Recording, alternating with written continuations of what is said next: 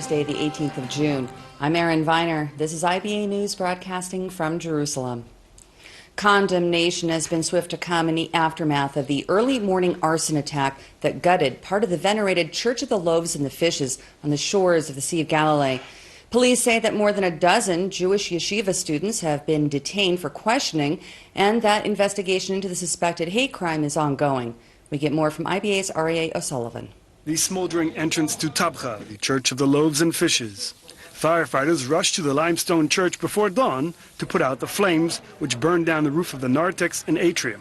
Early in this morning, I think 3:15, I heard it a big, loudly tone, and I ran out from my room, and I saw the main entrance from the monastery was burned, and I smelled it is benzene. Vandals spray painted on the wall in Hebrew, "Pagans and false idols will be smashed."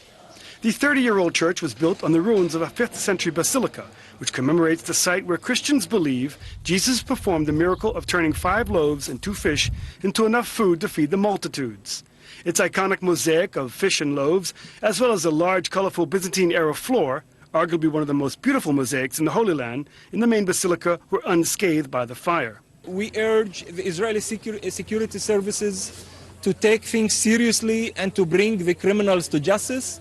And education, we urge the Israeli authorities to educate people to tolerance, to respect of others. Because the fact that such incidents are taking place in various places of the country reflect that this tiny minority is causing great damage in various places, and reflect that we are not talking about 1 or 2 persons. Church officials told Israel Radio that they have long suffered from harassment from Jewish extremists, and that in the past 3 years there have been over 50 acts of violence at Christian holy sites nationwide. Why this fanatism? Why this fanatism? It has no meaning. Absolutely no meaning. Why? Police have assigned the investigation to the Special Task Force, which specializes in nationalistic crimes. This afternoon, they announced that 16 yeshiva students have been detained for questioning in the ongoing investigation. The vandalism drew a slew of condemnations. Interior Minister Silvan Shalom apologized in the name of the state and said the government would help repair the damage. He told church officials Israel would show zero tolerance toward hate crimes like this. The site is a major destination by Christian pilgrims, and the organization of tour guides condemned the attack and urged the authorities to swiftly bring the perpetrators to justice. Aryeh O'Sullivan for IBA News. Now turning to another suspected hate crime in the United States, this one involving the murder of 9 people in Charlestown, South Carolina. A white suspect opened fire during a prayer meeting inside the historic Emmanuel African Methodist Episcopal Church, where the pastor, Clementa Pinckey, who is a Democratic member of the state Senate, was among the victims. A manhunt is now underway to apprehend the assailant, who is believed to be in his 20s. Local Police Chief Greg Mullen said that there were survivors of the attack, but he declined to provide more details. The shooting comes just 2 months after a white police officer in North Charleston was charged with murder for fatally shooting Walter Scott, who was an unarmed African-American man, in an incident that highlighted racial tensions in the area and ignited major protests. Soon after last night's shooting, a group of pastors gathered across the street for a prayer vigil. Governor Nikki Haley condemned violence, particularly at religious sites, and is calling on residents of South Carolina to pray for the victims and their families. Prime Minister Benjamin Netanyahu is facing outspoken attacks from the opposition at the Knesset over allegations against Likud MK Oren Chazan, as well as his policies regarding the periphery of the country. Meanwhile, the U.S. State Department is dismissing writings by Kulanu MK Michael Oren, critical of the Obama administration, as that of a politician with a book to promote. Here with the latest is IBA's Eli Wogelenter. We'll start with the ongoing contentious issue of Likud MK Oren Chazan under investigation for a host of alleged offenses, including procuring prostitutes for friends and drugs for himself during the time he managed a casino in Bulgaria, as well as accusations of a sexual molestation at a bar he owned in Tel Aviv. Opposition Chairman Yitzhak Herzog of the Zionist Union attacked Prime Minister Netanyahu during the Knesset debate over the litany of allegations against Chazan, adding that he and others will work to drive Chazan suspended from all his Knesset duties. With Chazan yelling at Herzog and calling him a coward, Herzog said he would bring the allegations to the Knesset Ethics Committee in the coming days and urge them to suspend Chazan from all of his positions. Herzog also slammed Netanyahu for failing to speak out against the scandal-ridden Deputy Knesset Speaker and rookie MK, telling the Likud party leader, "You've buried your head in the sand, maybe because of your fear of Sheldon Adelson. How could you attack an MK for his antics as a casino manager when your close friend is the owner and manager of many casinos around the world?" After Chazan was warned 3 times by the Knesset Speaker to stop interrupting and screaming at Herzog, he was then escorted out of the hall. Netanyahu was also under attack over his policies and attitude towards citizens living in the outlying areas of the country. It was a special session initiated by 40 signatories in the opposition on the subject of the government's abandonment of the towns of the periphery in the north and south.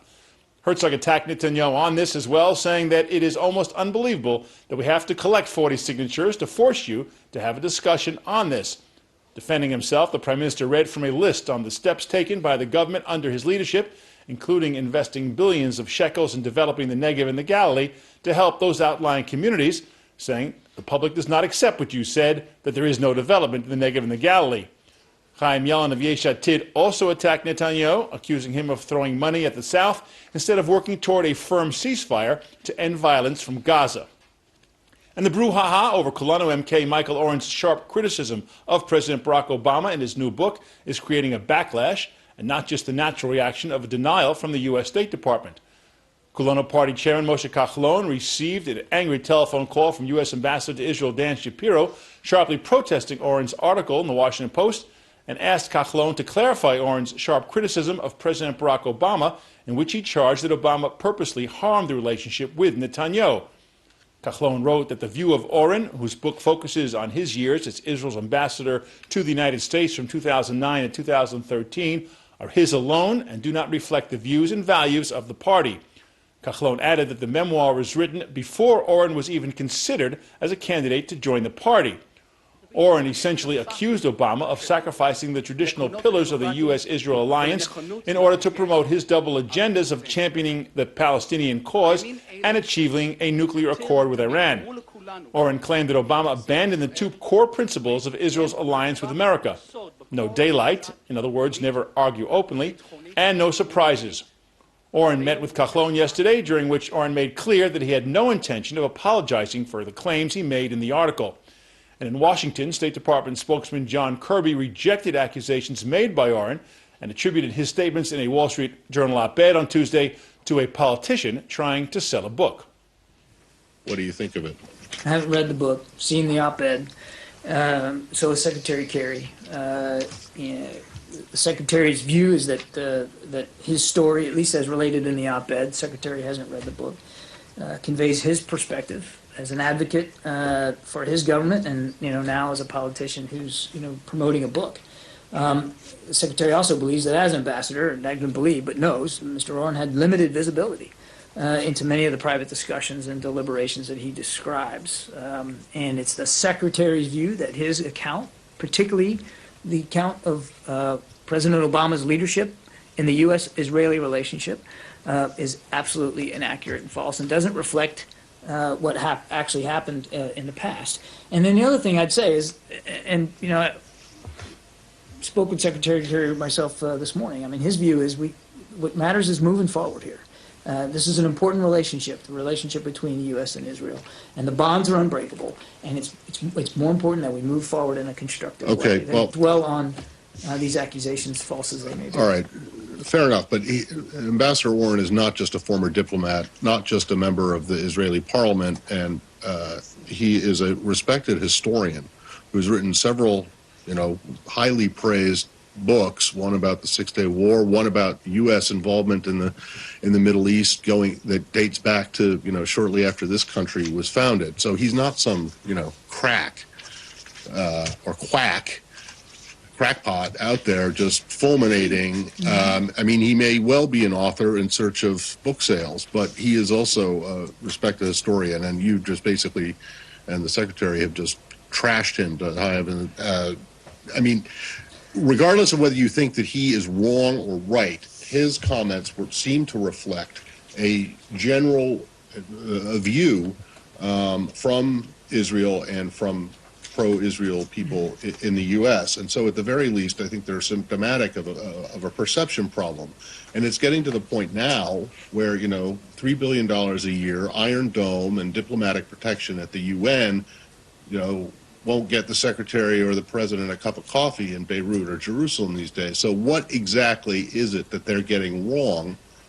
And why is it, do you think, that this administration has been unable to convey its or get people to believe, to buy into the idea that you've repeated over and over again, that the security relationship, at least between the U.S. and Israel, is stronger than it's ever been before? How is it possible that you have falsehoods and whatever you want to call them coming out, like the former ambassadors? How is it? There is a lot in there. Yeah. And well, I mean, there's a lot of baggage. No, pull up a chair. We'll have a chat on this. I didn't call him a crackpot, and I didn't trash him. I said he's a former ambassador. Right. And I didn't trash the book. I haven't read the book. Okay, the op-ed. I said he's a former ambassador and a politician with a book to promote. Those are truisms. That's not trashing Mr. Orrin. And I think that, look, even the best of friends, even the closest of allies are going to agree on every matter. And there are certainly issues in the past, and I suspect in the future that the United States and Israel will have differences of opinion. That's what friends do. You work through those and you talk about them. But as you said, and I actually agree. I don't know if you were asking me the question or you were making a statement of fact, but I certainly would agree with the assertion that the security relationship between the United States and Israel is very strong, probably the strongest it's ever been. And the commitment that the United States, and I'm, you know, from a military perspective and from a diplomatic perspective, to Israel and to Israel's security and their future remains absolutely unshakable. Are there going to be differences?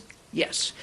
But every administration since the Truman administration has supported Israel and its security and its future, and that's not going to change. In other news, Prime Minister Netanyahu is instructing the Director General of the Communications Ministry to take any and all action within its purview to close the new Palestine 48 television station in a challenge to the legality of broadcasts from Nazareth funded by the Palestinian Authority. A production company in northern Israel reportedly supplies service to the channel, which airs on Palestinian television via satellite. Palestinian Communications Minister Riyad Hassan responded to Netanyahu's action by arguing that the station is not physically located within Israel and that the PA pays for the service of licensed companies. He went on to say that Netanyahu will only succeed in shutting the station down if he comes to Ramallah with IDF forces, occupies the ministry, and destroys the equipment. A Swedish supermarket chain has decided to reverse its earlier decision to boycott Israel and will return goods from the Jewish state to its shelves. Anti-BDS activists are proclaiming the development as yet another victory following the positive outcome of the Orange Telecom company controversy earlier this month, although government officials caution that efforts against the Palestinian-led campaign are an uphill battle. We get more in this report from IBA's Dennis Zinn. Israel is a recognized powerhouse in climate and environment studies and water management, so it's no wonder that a delegation of European Union ambassadors arrived in the Knesset this week to strengthen ties and cooperation in these issues. What is interesting is that it comes at a time when boycott, sanctions and divest from Israel movement, BDS, is gaining strength in Europe, and concurrently the European Union is drafting legislation against products grown and manufactured in the West Bank. But I think it's very, very important to make the distinction between the BDS movement and the EU. The EU is totally against any boycott or isolation of Israel. Against it all? Yes. Anderson said that Israel itself has never considered the West Bank as part of its own sovereign territory, and so it's misleading to label goods from that area as made in Israel. According to the international understanding and that of the EU, the areas beyond the Green Line are not part of Israel proper, and therefore products emanating from that area cannot be stamped made in Israel. Nevertheless, Israeli activists say that the EU is caving into the demands of the BDS movement, which could become one of the greatest threats to the state. They say that while most BDS supporters simply oppose the Israeli presence in the disputed areas, others view boycott, divestment and sanctions as a tool for eliminating the Jewish state. Knesset member and former Foreign Minister Tzipi Livni, who was in the UK this week as part of her attempt to block growing sanctions against Israel, was subjected to her own taste of anti-Israel sentiment, shown by BBC host Owen Davis on the popular Newsnight programme. There's a huge gap between criticizing a policy or having a debate or asking Israel questions and boycotting and putting sanctions against Israel, which is basically a collective punishment. And this is an Israeli. I would never support it. Did you agree with the equivalent BDS movement against apartheid in South Africa? We are not at the same situation. No, I'm asking whether you agreed with that movement against South Africa. Did it work? Was it the right approach for the international community? You don't need to ask about, if I may, we have now sanctions on Iran. And I'm here also to say that these sanctions should be kept and not to remove it at once. What about the South African ones? Because also, yes, I did, but there's a difference. But at the end of the day, it appears that energy and environment issues override BDS. For the meantime, Dennis Zinn, IBA News. The military tribunal of former Givati Brigade Commander Liran Hajbi continued today following his conviction of sexually harassing female subordinates. Head of the Northern Corps, Brigadier General Yossi Bachar, testified on behalf of the defendant and asked that the officer, who once served as the head of the brigade's Tsabar battalion, not be demoted in rank. Prosecutors argued that option shouldn't be possible due to the severity of his actions. In further support, the head of the Southern Command, Sami Turgeman, and Givati Brigade Commander Ofer Winter submitted letters praising the officer's character and record of dedicated service.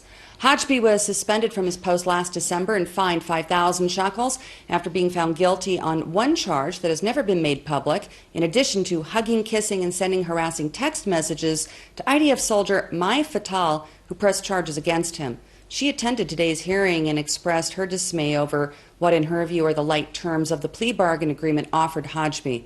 She also told reporters that she was appalled that so many of the Army's generals came to her harasser's defense, but not a single one of them found the time to ask her how she is doing. The suspected mastermind of the fatal 1982 terror attack in Paris at the Jewish restaurant Shejo Goldenberg has been captured in Jordan. 6 people were killed and 22 others were wounded nearly 33 years ago when 2 assailants hurled a grenade and opened fire in the dining room with machine guns. According to Jordanian officials, Zuhair Mohammed Hassan Khalid al-Abbasi was arrested at the start of this month, and after appearing in an Amman court, he was released on bail under security watch with a travel ban in place, pending determination on whether to grant an extradition request from France. The Abu Nidal group has long been suspected of responsibility for the attack, and 2 former members of the Palestinian terrorist faction positively identified al-Abbasi and 2 other men, Walid Abdul Rahman, now living in Norway, and Mahmoud Khader Abed in Ramallah as the 2 other assailants. Interpol issued arrest warrants for all 3 men in March. And here at home, Academy Award-winning American actor Michael Douglas is set to be awarded the 2nd annual Genesis Prize later tonight, given in recognition of the recipient's great contributions to Jewish culture around the world.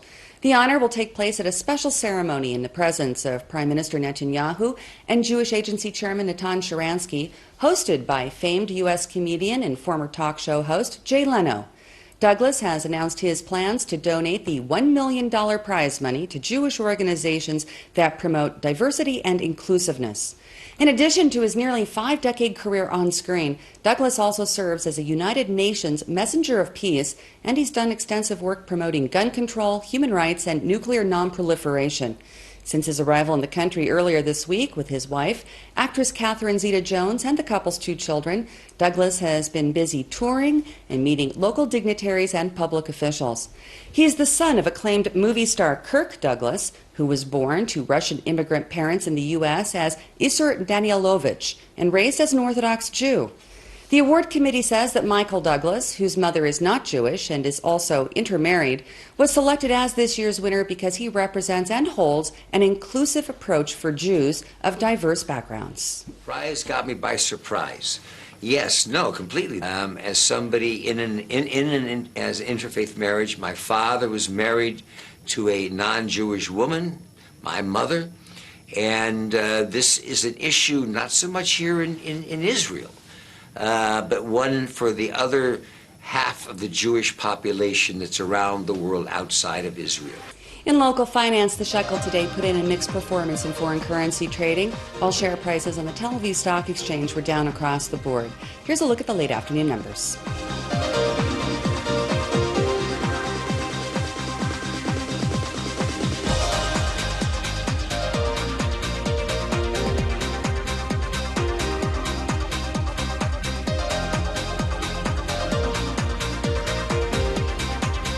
The IBA weather team says that we're heading into a steamy weekend, although a little relief from the heat is expected by Saturday. Here's the forecast at home and abroad over the next 24 hours.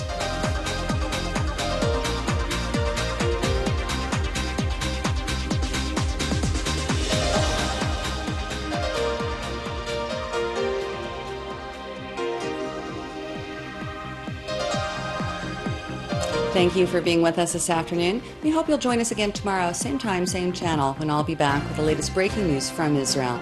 I'm Erin Viner, wishing you a great weekend and shalom from Jerusalem.